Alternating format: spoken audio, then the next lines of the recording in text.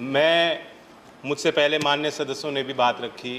पहले श्रद्धांजलि दूंगा माननीय सुषमा स्वराज जी को, और इसमें कोई शक नहीं है। मुझे याद है, मैं लोकसभा में उनके भाषण को मैंने सुना। जिस तरीके से ज़मीन से जुड़ी बात, एक गृहिणी का दर्द, घर गृहस्थी की बात, मध्यम वर्ग और गरीब के दर्द को, पीड़ा को वो बयान करती थी बेखूबी तरीके से। तो उनसे प्रेरणा लेते हुए आज वो दायित्व हमारा है। हम कोशिश करेंगे, बाकी सरकार भी ऐसी हो जो सुने।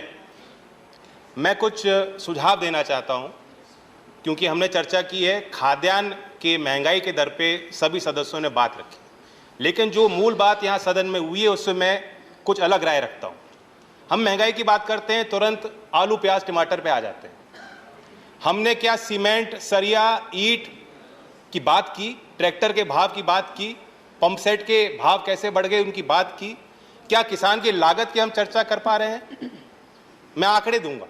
अप्रैल से जून 2020 ये जो 3 महीने हैं, अगर उसमें सीपीआई फूड इन्फ्लेशन 8% रहा, जो काफ़ी होता है, मैं मान रहा हूँ, उसी समय में आपका WPI फार्म इनपुट इन्फ्लेशन 27.4% रहा। और यहाँ मैं लिव्ड एक्सपीरियंस बताना चाहता हूँ, अनुभव बताना चाहता हूँ। अगर आंकड़ा गलत हो, बहुत सदस्य यहाँ ऐसे हैं जो खेती करते हैं, जानते हैं, वो बता देंगे। 2014 में अगर 1 एकड़ के गेहूं के खेत पे ट्रैक्टर से आप जुताई करते, आपके औसतन 3,000 रुपये खर्च हो रहे थे। आज 8 साल बाद 5400 रुपये खर्च होते हैं। 1 एकड़ के धान की खेती आप करते, 300 रुपये का बीज आ जाता था, अब 600 रुपये लग रहे हैं।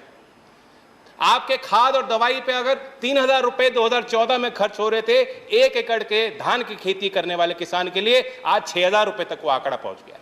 तो हम सिर्फ महंगाई की बात करें, ठीक है, टॉप है, आपने स्कीम बनाई, 2018 में 500 करोड़ दिए। सवाल बनता है कि उस संसाधन का क्या प्रयोग हुआ? क्या हमने खाद्य प्रसंस्करण की इंडस्ट्री को, फूड प्रोसेसिंग को बढ़ावा दिया है? क्या ये सच्चाई नहीं है? क्या टॉप टोमेटो से शुरू होता है, टमाटर से शुरू होता है, टमाटर के प्रोसेसिंग पे आप 12% GST वसूलना चाहते हो? क्या ये सच्चाई नहीं है कि पोटैटो को प्रोसेस करने के लिए अगर आप चिप्स बनाएंगे, नमकीन बनाएंगे, तो उस पर भी आप 12% GST वसूलना चाहते हो? ये भी एक कारण है कि जो फूड इन्फ्लेशन है वो बेकाबू हो रहा है। मैं आग्रह करूंगा, वित्त मंत्री को मैं सुझाव देना चाहता हूं कि अगर आप CPI में जो वेटेज है फूड का, अगर आप उसे घटा देंगे तो ये जो चर्चाएं बेवजह होती हैं, आप पे भी दबाव कम होगा।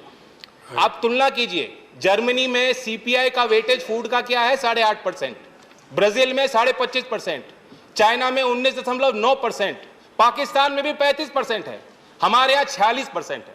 इसलिए दूध का भाव 1 रुपये बढ़ जाएगा तो त्राही त्राही मच जाएगी, आप पे भी दबाव बन जाएगा, और फिर आप व्यवहारिक फैसले नहीं ले पाती हो।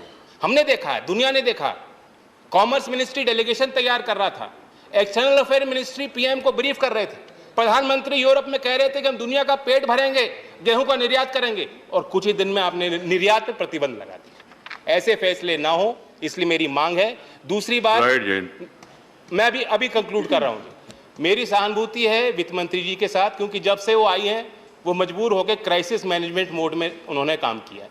लेकिन हमें सिनेरियो प्लानिंग करनी चाहिए, भविष्य की प्लानिंग योजना हमें बनानी होगी। मैं पूछना चाहता हूं, आज मानसून डेफिशिएंसी है उत्तर प्रदेश में, बिहार में, झारखंड में जितनी औसतन बारिश होती थी नहीं हुई। 23% धान की बुआई उत्तर प्रदेश में कम हुई है। क्या वहाँ के कृषि मंत्री विभाग ने कोई मीटिंग ली है? क्या आपने उनके साथ बैठक ली है? क्या आप उनके साथ बैठक लेंगी? उसका जवाब मैं आपके उत्तर में जानना चाहूँगा। और अंततः जो आम आदमी कहता है उसके पास सारी चीज़ों का समाधान है। मैं बताना चाहता हूँ कि एक आम आदमी ने मुझे कहा कि आप सदन में जा रहे हैं, चर्चा करेंगे, वहाँ ये समाधान दे दीजिए ना। मैंने पूछा क्या समाधान है? उसने कहा सरल है, ऐसी व्यवस्था बना दो, 5 साल तो सरकार रहेगी इनकी, ऐसी व्यवस्था बना दो कि हर 2-3 महीने में कहीं चुनाव करा दो, और आप देखोगे सरकार डीजल, पेट्रोल, बिजली कोई भी भाव बढ़ने नहीं देगी। राइट, धन्यवाद। राइट। इन्होंने कोई राजनीति किया नहीं, सुझाव दिया, आप उसको स्वीकार करेंगे ना करें?